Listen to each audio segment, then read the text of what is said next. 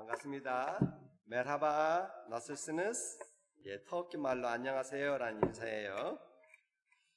오늘 본문 말씀을 가지고 여러분에게 주님의 말씀을 선포하고자 합니다. 그리고 함께 은혜 받기를 원합니다. 저는 투르키에, 여러분 갑자기 투르키에 나올까? 터키가 아닐까? 저도 불과 한 달 전까지 터키로 이렇게 우리가 말을 했는데, 공식적으로 국제 연맹에 전 세계 자기들의 나라가 이제 투르키예로 바뀌었다고 알려줬고요. 공식으로 선포했고, 그래서 자기들의 나라를 투르키예로, 터키가 아닌 투르키예로 이제 불러주기를 원하는 정부의 요청이 있었습니다. 저도 이제 투르키예로 이렇게 여러분에게 소개하고자 합니다. 오늘 본문 말씀을 보니까 두 사람이 나와요. 네, 두 사람 나오기 전에 예수님 무슨 말씀 하시냐면은, 예수께서 무리가 자기를 애워쌈을 보시고 저편으로 건너가기를 명하시니라. 오늘 우리는 구원은 주님의 선물이지만은 우리가 한 것이 아무것도 없어요. 우리가 뭔가를 좋은 일을, 착한 일을 또 우리가 열심히 선행을 해가지고 우리가 구원을 받는 게 아니에요. 네, 주님의 전적인 선물인 것을 우리가 알고 있죠. 그래서 우리가 모두가 여기에 나와 있습니다. 주님의 자녀들로서, 주님을 찬양하고 예배하는 자로서, 주님의 제자로서. 근데 예수님을 구주로 모시고 제자로서 따르는 데는 큰 대가가 있다는 것을 오늘 배우게 될 것입니다. 첫 번째로 예수님을 따르는 대가는 예수님의 명령에 전심으로 순종하는 것입니다. 예수께서 무리가 자기를 애워쌈을 보시고 저편으로 갈릴리 호수의 저편으로 건너가기를 명하시니라. 예수님 주위에는 많은 무리가 있었어요. 지금 수백 명, 수천 명의 사람들이 지금 예수님과 제자들을 둘러싸고 있는 거예요.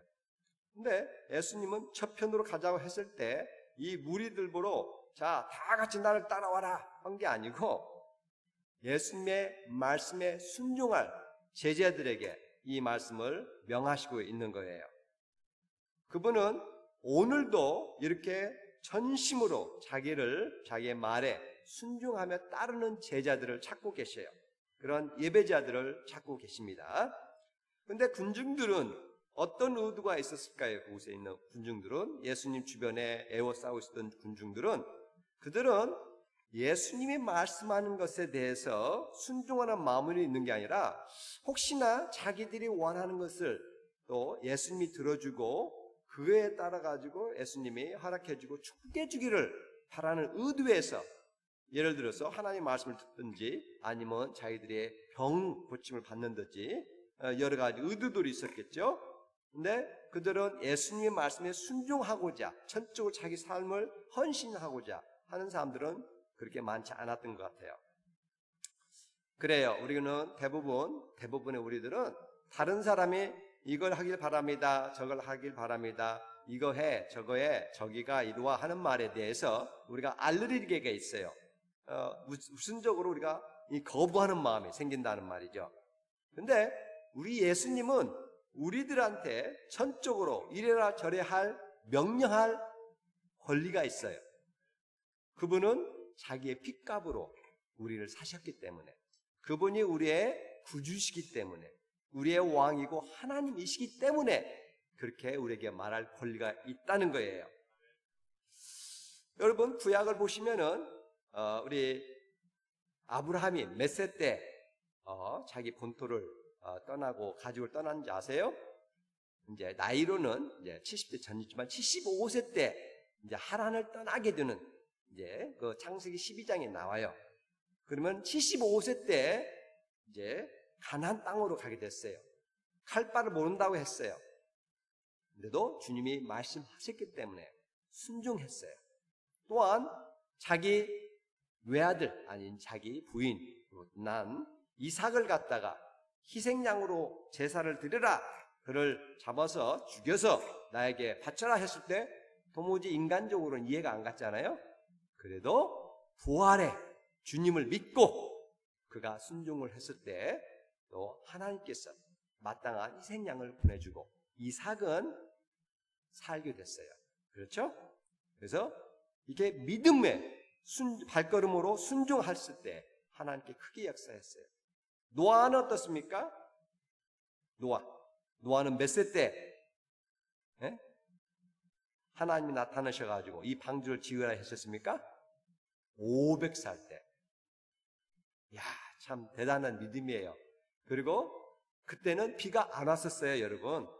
근데 비가 온다고 방주를 지으라는 거예요. 납득이 안 가고, 그리고 한 달, 두 달이 아니에요. 몇 년이 걸릴지도 몰라요. 왜냐하면 500살 그런 말을 듣고 난 다음에 600살 때인데 넘어서 이렇게 뭐예요? 홍수가 났거든요. 하여간 그 기간이 얼마 정도 몰라도 굉장히 오랜 시간 동안 그 방주를 만들었어요.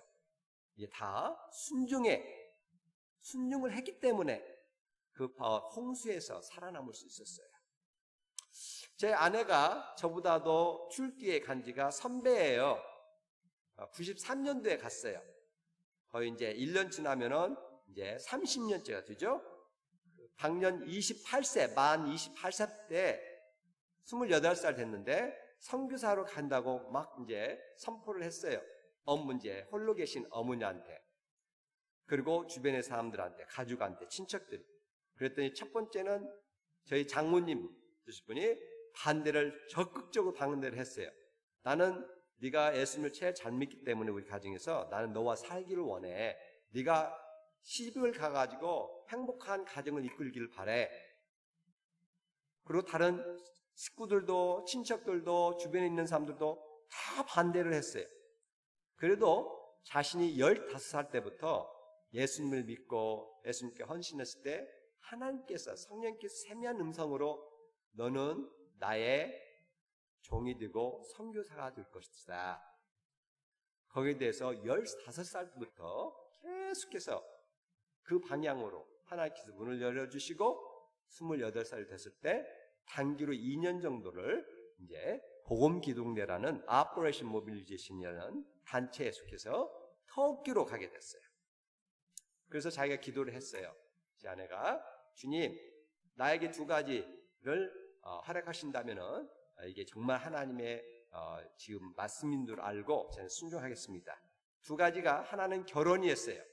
30년 전에 28살 많은 나이였죠. 그래서 저에게 남편을 주십시오. 두 번째는 매달 지금 헌금이 필요해요. 선교비가 필요해요. 그 당시 500불씩 필요했었어요. 그래서 그 돈을 마련해 주세요. 그렇게 기도하는 가운데 하나님께서 제 아내 앞에 이 두 가지 응답을 딱 주셨어요. 가져와가지고 남편도 문제를 해결해 주겠다. 너의 모든 2년간의 선교비를 다 주겠다. 그래서 마음에 감사함으로 떠났어요. 그랬더니 저 같은 남편도 만나가지고 아름다운 두 자녀를 얻게 하셨고요. 에누게 샤론이를. 그 다음에 모든 헌금이 선교비가 다 풍족하게 채워졌어요. 할렐루야. 저도 15살 정도에 주님께 헌신했어요. 선교사가 되겠다고. 거의 제 아내하고 저하고 패런이 비슷해요. 근데 이 사실을 16살 때 제가 미국에 오게 됐어요. 제 누님이 미국 우리 매형하고 70년경에 결혼을 해가지고 미국에 정착을 했어요. 그래서 저희 큰형님 가족을, 부모님은 저를, 저도 82년도, 약 벌써 40년이 지났네요. 그죠? 82년도니까 올해가 2022년이니까 와가지고 저는 고등학교, 대학교에서는 전기공학을 했어요. 공대에서.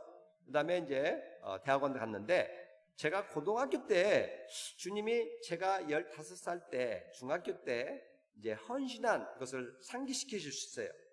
그래서 아버지한테 부탁했어요. 말씀드렸어요. 아버지, 아무래도 저는 신학교를 가야 할 것 같아요. 일반 대학교보다는. 왜냐하면 내가 하나님께 헌신했거든요. 그랬더니 아버님이 안 돼! 그랬어요. 그럼 제가 그때 제가 영적으로 풍성하고 주님을 더 알고 그 다음에 제 마음이 뜨거웠다면은 그래도 저는 가야 합니다 했을 텐데 그때 고등학교 졸업할 때 날 때 제가 예수님에 대해서 잘 몰랐어요.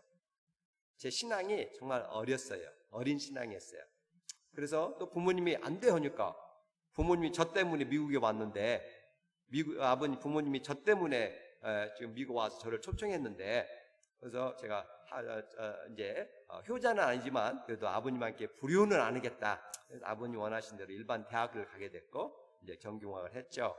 근데 정기공학을 할 때 또 주님이 저한테 이제 서울대를 졸업하고 카이스트 졸업하고 미국에 와가지고 박사학위를 받은 이제 박성모 교수님이란 분이 저희 대학교에 오게 됐어요. 교수로서. 그래가지고 성경 공부를 했어요. 그 당시에 한국 학생들이 80년도에 별로 없었어요. 근데 그분이 초청을 했어요. 우리 한국 학생들, 유학생들 거기에 있는 이제 교부들한테 와서 성경 공부하자고. 그래가지고 그분한테 가서 성경 공부를 하면서 다시 한번 제가 주님의 은혜로 제가 헌신했던 것을 이제는 지켜야 하는구나 하는 생각이 들었어요. 그래서 졸업하고 하기 전에 기도하면서 제가 이제 그 당시 아버님이 한국에 가 계셨어요. 은퇴하시고. 저는 8남매의 막내예요. 그래서 부모님이 이제 은퇴하시고 어머님이랑 한국 가셨는데 제가 이 사실을 또 부모님에게 아버님한테 허락을 받아야 하는데 이제 걱정이 많이 있었어요. 그래서 제 담임 목사님, 제 멘토하신 분, 또 주변에 이제 안수사님 그런 분들한테 기도 부탁을 했어요. 아버님이 허락해 주시도록. 그래서 9장을 제가 처음으로 태어나가지고 9장의 편지를 써가지고 제가 왜 지금 이 신학대학원을 가고 나중에 선교사로 가야 할지를 적어가지고 보냈어요. 그 당시는 이제 우리가 카톡도 없고 또 빨리 전화도 하기 힘들고 그래가지고 이제 그냥 가슴이 두근거리면서 매일 주께 나가서 기도하면서 기도했는데 한 달 만에 답장이 왔어요. 답장이 한 줄이었습니다. 내가 원하는 대로 해라. 할렐루야. 그래서 제가 신학대학원 가고 또 그 다음에 졸업하자마자 선교사로 93년부터 저도 둘로스라는 선교배를 타게 됐습니다. 이 순종을 했을 때 제가 뒤를 딱 봐봐요. 거의 30년이라는 세월 속에서 정말 주님이 신실하게 나의 모든 발걸음을 인도해 주셨구나. 정말 세밀하게 나의 필요를 채워주셨구나. 정말 나를 주님께 더 가깝게 나를 더 주님을 닮게 하셨구나. 정말 그분의 은혜를 체험하게 하셨구나. 이런 것들을 너무너무 정말 제가 많이 경험하고 있어요. 했고요. 앞으로도 더 할 것 같아요. 이게 주님이 순종하는 그 마음을 아셔요. 우리의 마음을 아셔요. 근데 그분이 누구냐? 보세요. 이 사람은 이 첫째 사람이 서기관이라고 했잖아요. 서기관이 예수님을 누구라고 불렀어요? 선생님이라고 불렀어요. 이 서기관과 이 제자라는 사람한테는 마치 다른 두 가지 장애물이 있는 것처럼 보이지만은 한 가지 동일한 거예요. 그걸 갖다가 한번 살펴보겠습니다. 이 서기관은 예수님을 뭐라고 불렀습니까? 선생님이여 어디로 가시든지 저는 쫓으리이다. 서기관이 누굴까요? 그 당시에 2000년 전의 서기관은 스크라이브라도 하고 그 사람 뭘 하냐면은 율법을 구약을 갖다가 복사하는 역할을 하는 사람이에요. 그러면 복사하기 위해서 뭘 알아야죠? 글을 알아야 돼요. 그 당시에 문맹률들이 굉장히 적습니다. 배울 수 있는 사람만 배우고, 그렇죠? 율법을 갖다 잘 알고, 그 다음에 보존하고 해석하고 가르치고 그랬어요. 그리고 물질적으로도 풍부한 사람이에요. 부자예요. 상위층에 있는 사람들이에요. 왜냐하면은 한 페이지를 갖다가 토말이라는 것을 한번 이렇게 잘 적으려면은 부르는 게 갑이에요.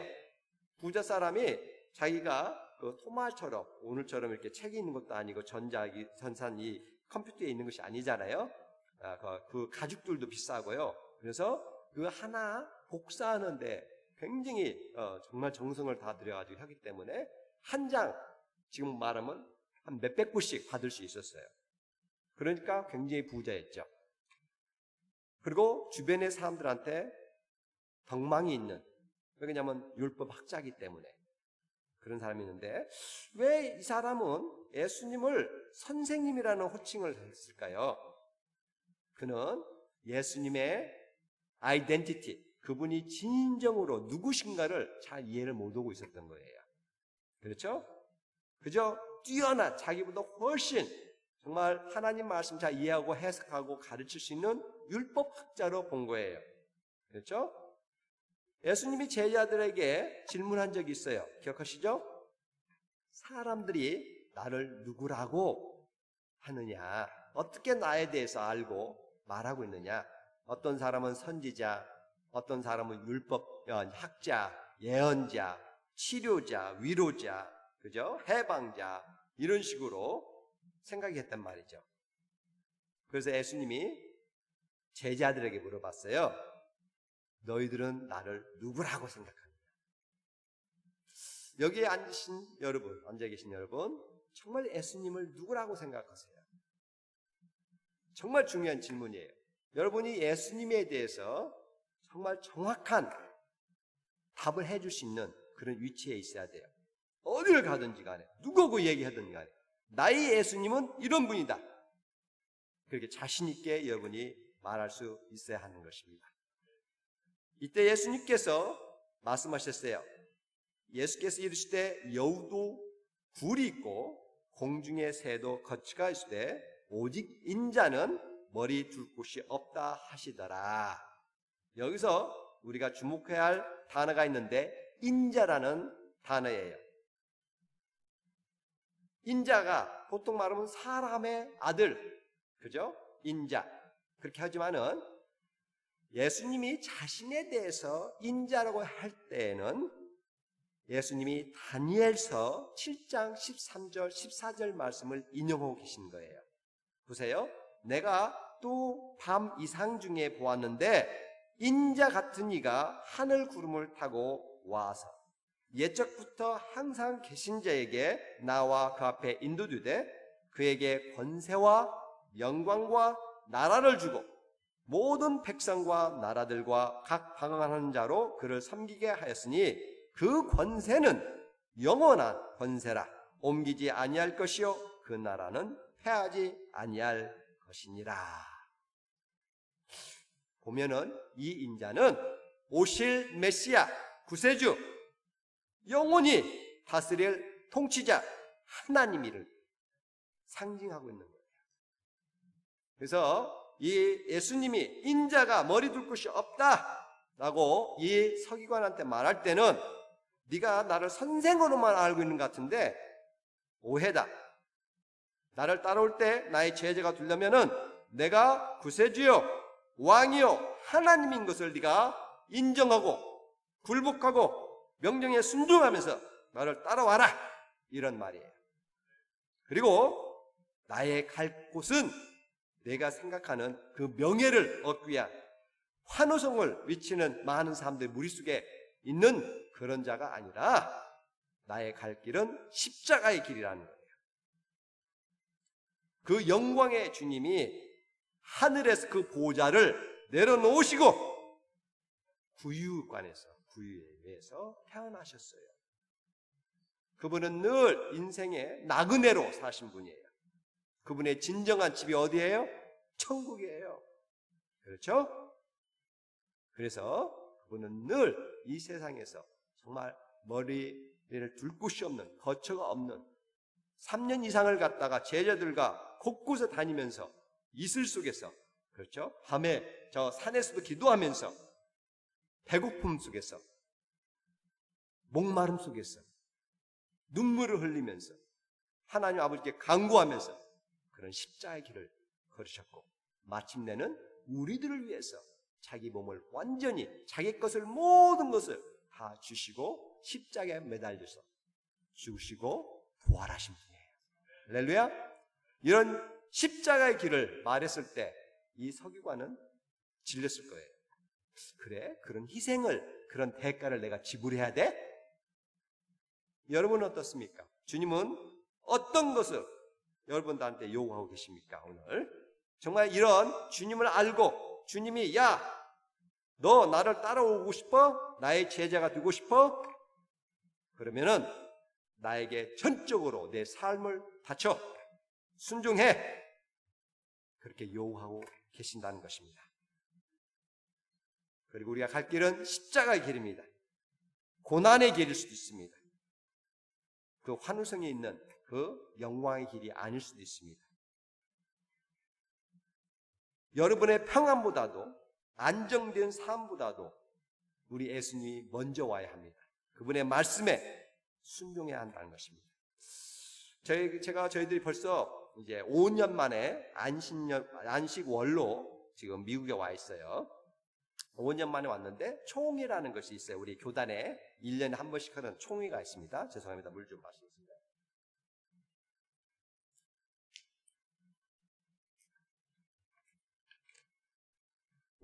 그곳에 우리가 총회에 참석했을 때 선교사들을 위한 저기가 있었습니다. 헌신 시간이 있는데 거의 70이 되신 노 목사님 네 분이 스테이트 컨벤션에서 일을 하시는 분인데 이제는 선교사로 헌신하겠다고 남미 쪽으로 했어요.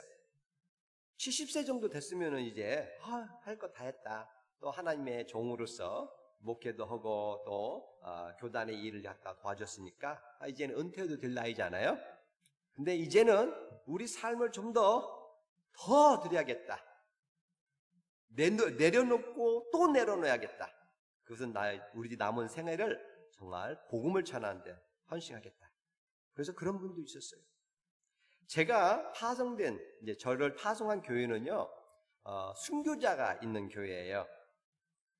93년도 6월달에 저보다 3개월 전에 우리 이주원 2개월 선교사님을 이제 하버스크로 이제 선교사를 보냈는데요. 그분은 거의 이제 60이 다 됐는데 그 당시에 심장병 전문 의사예요. 그러니까 대단하죠. 심장병 전문 의사니까 미국에서 성공적인 의사, 정말 물질도 풍요한 의사, 우리 안수사님이었는데 가게 됐어요. 그분들이 뭐가 아쉬웠겠어요? 근데 정말 영혼을 사랑하고 하나님께서 가라 하니까 순종하는 마음으로 그들이 헌신했는데 2년 만에 북한, 소련에 있는 하브라부스크라는 지역에서 북한 동포들이 와서 이럴 때 그들에게 복음을 전하면서 헌신적으로 섬기고 있었는데 북한 공작원이 그런 모습을 보고 그들을 타살했어요. 짧은 2년 만에.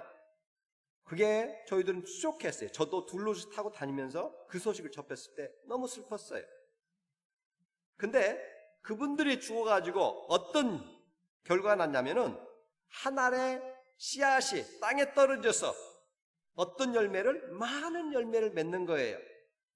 그분들의 희생과 순교 때문에 지금 너무너무 많은 사람들이 IMB를 통해서 또 우리 교단을 통해서 선교에 헌신하는 자들이 지금 수백 명입니다. 할렐루야! 그분들이 순종을 갔어요. 그들이 흘린 피 값으로 하나님께서 영광을 받으시고 많은 열매를 맺고 있는 거예요. 그 땅에도 교회가 세워져 있습니다. 우리 젊은 서기관이 나옵니다. 이 서기관은 정말 예수님을 따라하고 싶었어요. 그랬더니 보세요. 뭐라고 하시는지. 참 사랑스럽게 여겼어요. 그런데 한마디 하셨어요. 내가 오히려 한 가지 부족한 것이 있으니 내게 있는 것을 다 팔아 가난한 자들을 나눠줘라. 그리하면 하늘에서 보화가 내게 있으리라. 그리고 와서 나를 쫓으라 하시니 그 사람이 큰 부자인 거로 이 말씀을 듣고 심히 근심하더라. 돌아갔다고 그랬어요. 자기가 가지고 있는 것이 너무너무 부자인 거예요. 젊은 간원이라고 설명되어 있는 부분도 있습니다. 가진 것을 너무 이걸 놓고 가기가, 이걸 다 나눠주기가 아쉬운 거예요. 그렇죠? 근데 예수님은 이 젊은 서기관의 말한 것처럼 우리들에게도 가장 내려놓고 힘든 것들도 내려놓으라고 그렇게 요구하시는 거예요. 이 말씀 어떤 말씀인가 한번 우리가 질문해야 돼요, 주님한테. 그리고 정말 내가 이분이 누구길래 내가 이 모든 것을 다 내려놓고 순종하며 따라갈 수 있을까? 따라가야만 하는가? 내가 이런 주님께서 나에게 모든 것을 다 주시고 자기의 삶까지 주셔가지고 나를 제자로 부르시는데 나는 무엇을 그분한테 주면서 내가 따라갈 수 있을까? 그런 생각을 해야 한다는 것이죠. 그것은 바로 우리의 십자가를 또 지고 주님을 따라가는 거예요. 희생이 있어야 돼요. 우리 세상적에서도 마찬가지예요. 누구든지 사업가면 사업가로서, 교육가는 교육가로서, 그죠? 또 선생이든 의사든 변호사든 스포츠맨이든 간에 그들에게는 놀라운 뭐가 따라요? 희생이 따라요. 대가가 있어요. 밤낮으로, 그렇죠? 피땀을 흘리면서 일을 해야 돼요. 남들보다 열심히, 그죠? 그런 걸 따라하는데 우리는 예수님을 따라가는데 어떤 것을 우리가 희생을 하면서 따라갈 수 있을까요? 어떤 대가를 지불하고 우리가 따라야 할까요? 우리 파루 아저씨라는 분이 있어요. 우리 교인 중에 한 분이. 이분은 40년 동안 예수님을 또 이제 진리를 하나님을 찾고자 이제 찾고 있었던 분이에요.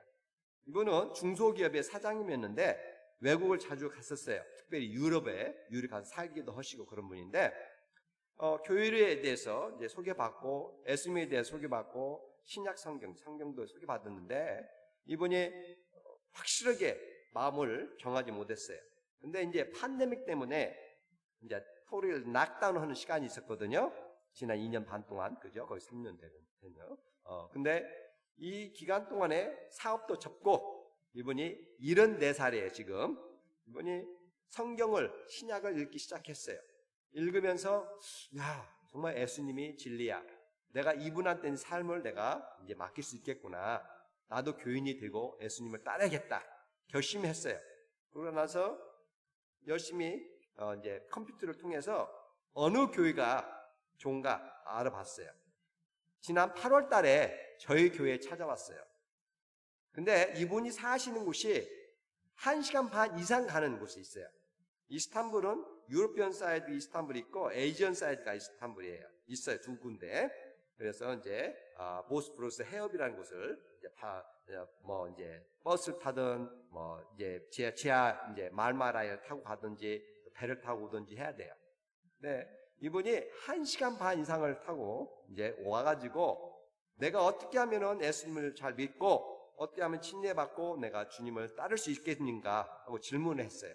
그래서 제가 자 설명해주고 그분들 설명해주고 교회에 참석하십시오 했어요. 그 이후로 꾸준히 참석해가지고 모든 절차를 밟고 올해 3월 달에 예수님을 구주를 믿고 또 침례를 받았습니다. 할렐루야. 이분이 74세예요. 정말 이 74세 되는 나이 먹은 분이 터키인이 예수님을 믿는다는 것은 기적 중의 기적이라고 저는 봅니다. 근데 이분이 좋아하는 것이 있어요. 술을 좋아해요. 술을. 그래서 사업을 하기 때문에 어디 가든지 술이 빠질 수 없어요. 거의 알코올릭처럼. 그래서 이제 침례를 받고 이제 누님이 팔순 드시는 누님이 앙카라는 지역에 살아요. 한 5-6시간 정도 뒤는 거리에. 누님을 방문을 갔는데 누님은 동생이 왔으니까 또 술을 좋아하니까 냉장고에 항상 술을 준비해 놓고 계시는 거예요. 그래서 야 파루 너 술을 한잔 해야지.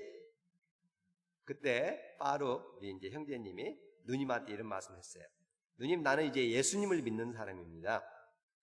나는 예수님의 성전이에요. 더 이상 이 술을 마시지 않겠습니다.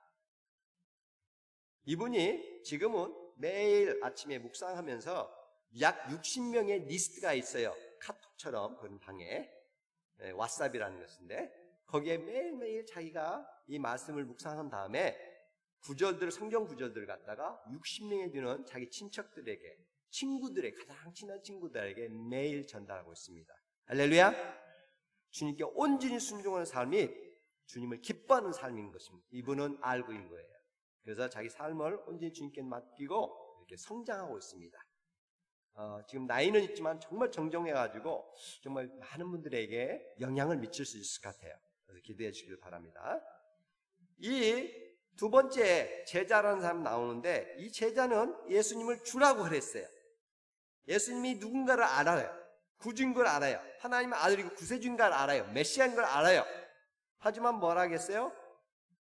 먼저 내가 가서 아버지를 장사하게 나에게 허락해 주세요 한 거예요. 그죠? 예수님이 아닌 다른 것을 여기서는 인간관계였어요.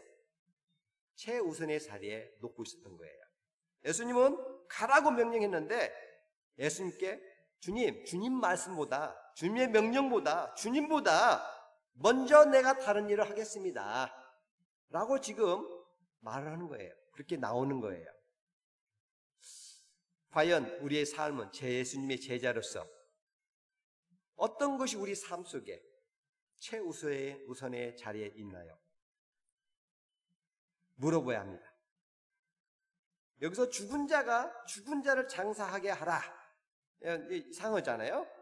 유교적인 우리의 유교의 배경을 가진 우리가 부모들 제사 받는 이 불임막심한 자식하고 많이 오해도 있었어요. 그죠? 이 구절 때문에. 근데 우리는 유태인의 장례식에 대해서 좀 알아야 돼요. 이 가족의 중에 한 명이 죽으면은 그날 당장 이 사람을 갖다가 일반 나무로 짠 관 속에 집어 넣어가지고 잘 이제 세마포로 이렇게 잘 쳐가지고 이제 휴양 같은 것을 잘 집어가지고 가족 무덤이 있어요. 근데 무덤은 우리처럼 땅에 파는 게 아니라 보통 이게 굴을 파가지고 그 안에 안치해 놓는 거예요. 예수님도 아리마대 요셉이 자기 무덤을 갖다 줬잖아요. 왜냐면 갈릴리 저기 이제 나사렛 사람이고 이제 예수님이 죽은 곳은 예루살렘이잖아요. 그래서 바로 누구한테 이거 가기 힘들어. 그러니까 아리마대 제자 중에 한 분인 요셉이 자기 무덤을 준 거예요. 그랬을 때 어땠어요? 일주일 내내 애통하는 시간을 가져요. 그리고 한 달 동안 또 공식 sak장에 가족들은 참여하지 않아요. 아무리 그게 종교적인 명절이라도. 이해하셨죠? 그 다음에 1년 뒤에 딱 1년 되는 날 그곳에 가가지고 가족묘는 첫 번째 부분이 있고 두 번째 부분이 있어요. 1년 동안 시체가 다 썩고 뼈만 남게 돼요. 그러고 난 다음에 이 사람을 뼈를 잘 추려가지고 석관, 돌로 만든 관에 집어넣고 그 뒤에 뒷부분에 있는 선조들이 벌써 죽은 선조들이 있겠죠? 석관도 쭉 있는 거예요. 그 안에 집어넣고 그러면 두 번째 장례식이 끝나는데 오슬레기움이라는 말을 쓰는데 두 번째 장례식이에요. 그러면 온전한 장례식이 끝나는 거예요. 근데 유태인들은 무슨 생각을 하고 있냐면은 이 1년 동안 이 시체가 부패될 때 그들의 죄가 온전히 사함을 받게 된다는 거예요. 그 다음에 하늘나라를 갈 수 있겠다는 잘못된 신학을 가지고 있었던 거예요. 그래서 예수님은 말씀하기를 죽은 자들로 하여금 장사하고 너는 나를 따르라. 나의 제자로서 복음 전파에 참여하라고 이렇게 말씀하시는 거예요. 네가 자식의 도리를 벌써 다 했어. 첫 번째, 아버지가 돌아가셨을 때 벌써 장례를 치렀잖아요. 그죠? 그걸로서 너는 내가 할 자식의 본분을 했다. 그리고 이 시체가 죽어가지고 해가지고 죄를 용서받는 게 아니야. 죄 용서는 오직 믿음으로 하나님의 은혜로 받는 거예요. 그죠? 그 다음에 내가 할 일은 나를 따라서 제자로서 복음을 전파하는 것이라는 것이에요. 그렇기 때문에 이 제자가 요구하는 것을 예수님이 단호하게 말씀해 주셨어요. 지금 또 쟁기를 들고 뒤를 보는 자는 그게 또 나의 제자가 될 수 없다고 누가복음에도 나오는 말씀이 있어요. 그렇죠? 우리가 정말 예수님을 따라가겠다 했다면 오늘 이 순간부터 영원토록 주님을 따라야 돼요. 순종과 예수님을 최우선의 자리로 놓고 따라야 하는 것이 주님이 원하시는 거예요.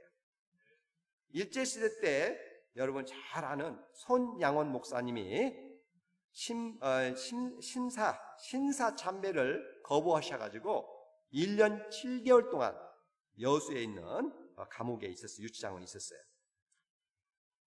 우리는 손양원 목사님에 대해서 잘 알고 있는데 그분의 사모님인 정양순 사모님에 대해서는 잘 몰라요.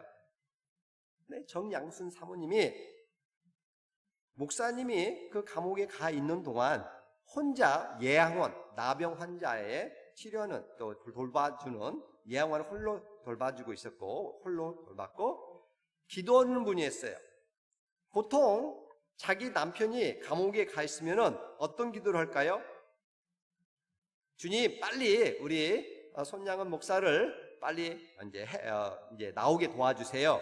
건강을 지켜주세요. 그의 누명이 벗겨지길 바래요. 뭐 이런 식으로 기도했겠죠? 하지만 이분은 이렇게 기도했다고 합니다. 손 목사님이 믿음을 저버리지 않게 해주세요. 1년 7개월이 지났습니다.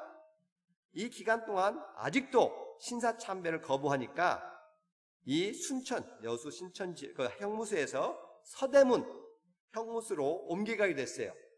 무기형을 받고. 그래서 길에서 만났는데 또 만났을 때도 보통 사모님, 여자들은 울면서 매달리면서 여보 왜 이렇게 됐어? 나도 같이 가면 안 돼. 여보 건강해야 돼. 뭐 이런 식으로 매달리고 그랬겠죠. 근데 정양순 사모님은 요한계시록 2장 10절 말씀을 가지고 목사님한테 읽어드렸습니다. 내가 겪을 고난을 두려워하지 말라. 죽도록 충성하라. 또 한마디 덧붙이셨대요. 우상에게 신사참배를 하면은 내 남편이 아닙니다. 참 대단한 사모님이었어요. 이 정말 놀라운 목사님들의 뒤에는 또 이렇게 놀라운 사모님들의 기도가 있었고 그들의 눈물이 있었고 그들의 정말 도우미로서 역할을 잘 하신 분들이 계셨다는 거예요. 그런 사모님들이 있어요. 남편을 위이기 전에 그는 하나님의 사람이고 양떼들의 목자였던 거예요. 많은 신자들에게 모범을 보여줘야 할 사람이었던 거예요. 그렇죠? 그래서 이 정양순 사모님은 아셨어요. 하나님을 기뻐하고 끝까지 죽은 부모를 불사하고 믿음을 지키라는 거예요. 우리의 삶 속에 어떤 것이 최우선의 자리에 와 있습니까? 물질입니까? 명예입니까? 인간관계입니까? 우리 에녹이 큰 아들이 있는데 결혼했어요. 젊은 나이에. 우리가 이제 안식년을 가지고 13년 전에, 15년 전에 13년 만에 저희들이 안식년을 가지고 처음에 와서 제가 상당 공부를 하게 됐는데 웨이크 포레스트, 노스 캐롤라이나에 왔었어요. 왔는데 그때 처음으로 에녹이가 자기가 미국 시민권자고 이제 5학년, 6학년짜리였는데 그리고 미국에서 살 수 있는 사람이었다는 것을 알게 되고 미국에서 교육을 받을 수 있다는 것을 알게 된 거예요. 그래서 한 2년 동안 있으면서 자기가 미국 생활이 너무 좋은 거예요. 친구들도 많이 생기고 막 그러니까. 그래서 막상 이제 저희들이 1년 생각했는데 하나님이 저희 은혜를 베푸셔가지고 이제 2년을 주셔가지고 있으면서 공부를 제가 상당 공부를 하고 이제 있었는데 아이들도 공부도 하고 이제 저희들은 이제 갈 때가 됐어요. 그래서 이제 한 몇 개월 전부터 이제 우리는 이제 터키로 가게 됐다. 그러니까 아들이 자기는 안 된다는 거예요. 자기는 이곳에 남아서 다른 자기를 돌봐줄 수 있는 집사님한테 자기를 맡겨둘라는 거예요. 왜냐하면 미국이 좋다는 거예요. 미국 교육도 좋고 먹는 것도 좋고 모든 것도 풍족해가지고 자기는 여기서 살겠다는 거예요. 아유, 저희들이 고민을 했어요. 뭐 어떻게 하냐. 그래서 말했어요. 내가 기도해봐라. 아빠 엄마는 우리만 하나님이 부르신 게 아니라 우리 가족으로서 우리를 불렀다. 아빠는 중학교 때 졸업하고 와서 청소년 시기 때 미들스쿨, 하이스쿨 때 얼마나 중요한가 안다. 부모님과 같이 있는 것이 얼마나 큰 축복인지 안다. 우리는 한 가족이 선교사 가족이지 아빠 엄마만 선교사가 아니다. 너희들도 선교사로 부른 것이다. 기도해보자. 한 달 뒤에 아들이 왔어요. 아빠, 내가 아빠 엄마 따라갈게요. 아빠 말씀에 순종할게요. 하나님께 순종할게요. 그 아들이 이제는요 장성해가지고 결혼까지 하고 지금 미국 에어포스 지금 거기에서 파이러로 지금 일하고 있어요. 할렐루야. 그리고 대학도 졸업하고 정말 앞으로 하나님께 더 헌신해가지고 지금 섬기겠다고 며느리 오고 지금 그런 결심으로 좀 살아가고 있어요. 정말 어떤 것을 우리가 우리 삶의 가장 우선으로 생각하고 있습니까? 또 예수님보다 더 그걸 갖다가 사랑하고 있는지. 그게 물질입니까? 가족입니까? 자녀입니까? 무엇입니까? 누가복음 14장 말씀에 이런 말씀이 있습니다. 허다한 무리가 함께 갈새 예수께서 돌이키사 이르시되 물은 내게 오는 자가 자기 부모와 처자와 형제와 자매와 및 자기 목숨까지 미워하지 아니하면 능히 나의 제자가 되지 못하고 누구든지 자기 십자가를 지고 나를 쫓지 않는 자도 능히 나의 제자가 되지 못하리라. 그리고 난 다음에 예화를 주셨어요. 망대를 세우고자 할진대 중궁하기까지 그 기초만 쌓고 능히 이루지 못하면 보는 자가 다 비웃는다는 말이 있고, 전쟁이 일어났는데 왕이 그러니까 자기보다 숫자가 많아. 그럼 뭐 하겠어요?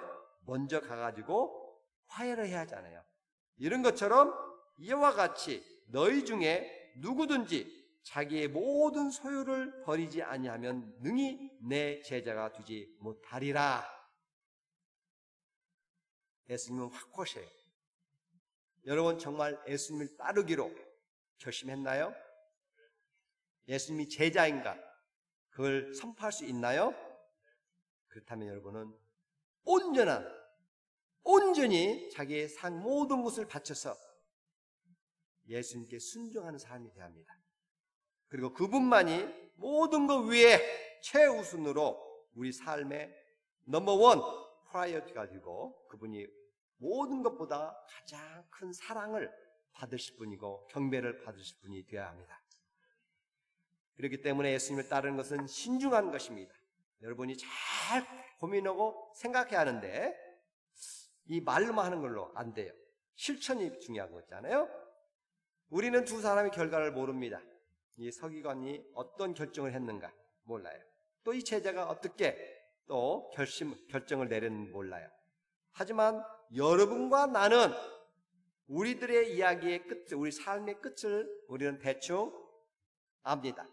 지금 있는 자리에서부터 지금 앞으로 어떤 방향으로 나가고 있을지 우리가 하는 것에 따라 가지고 우리의 삶의 결과가 나올 것입니다. 그 결과가 정말 중요하고 그 가치가 있는 것이에요. 대가를 치르는 것에는 예수님을 따를 때, 전심으로 따를 때, 그분께 온전히 바치고 순종할 때, 그분을 온전히 사랑할 때 주님께서는 오늘부터, 지금부터 우리의 삶의 주인이 되시고 우리를 다스리시고 평강의 평강으로 채우실 것입니다. 당신의 뜻을 우리에게 밝히셔서 우리가 당신의 영광을 위해서 살아가도록 도와주실 것입니다. 그리고 영원토록 우리에게 축복과 그 보상을 해주시려고 주님께서 준비하고 계십니다. 그런데 그렇지 않을 경우는 어떻게 됩니까? 모든 것이 헛되고 헛되게 될 것입니다. 그래서 여러분이 이러한 결단을 내릴 시간입니다. 예수님을 구주로, 왕으로, 하나님으로 따르시겠습니까? 그렇다면 기쁨으로, 전심으로 순종하십시오. 또한 나의 방법, 나의 평안함, 나의 기준이나 뜻이나 그것이 아닌 주님이 최우선이 되어서 우리를 다스리게 하셔야 합니다. 그분이 나의 삶에서 최우선의 자리에 계셔서 그분의 뜻과 계획이 이루어져야 합니다. 저희들은 전방에 나가 있는 선교사입니다. 하지만 여러분들은 후방에 있는 선교사입니다. 여러분, 우리들은 터키인들에게 복음을 전하고 있지만은 여러분은 이 주변에 많은 영혼들이 있어요. 가족들이 있을 거고, 친구들이 있을 거고, 동료들이 있을 것이고, 그죠? 주변에 많은 사람들이 와 있어요. 그들이 주님을 알고자 하고 있어요. 그들이 여러분들을 기다리고 있어요. 그럼 여러분들은 예수님의 제자로서 이 복음을 가지고 그들에게 나아가야 합니다. 그게 주님이 원하시는 거예요. 여러분의 삶 속에서 정말 내려놓아야 할 것들을 또 내려놓는 것이 주님의 뜻입니다. 그래서 이렇게 계속해서 마지막까지 그분에게 순종할 때 하나님이 크게 칭찬하실 거예요. 잘했다. 착하고 충성된 종아. 내 자녀여 어서 와라. 나와 함께 영원토록 이 축복을 누리라. 그런 여러분과 제가 되기를 주님의 이름으로 축원합니다. 짧게 기도하겠습니다.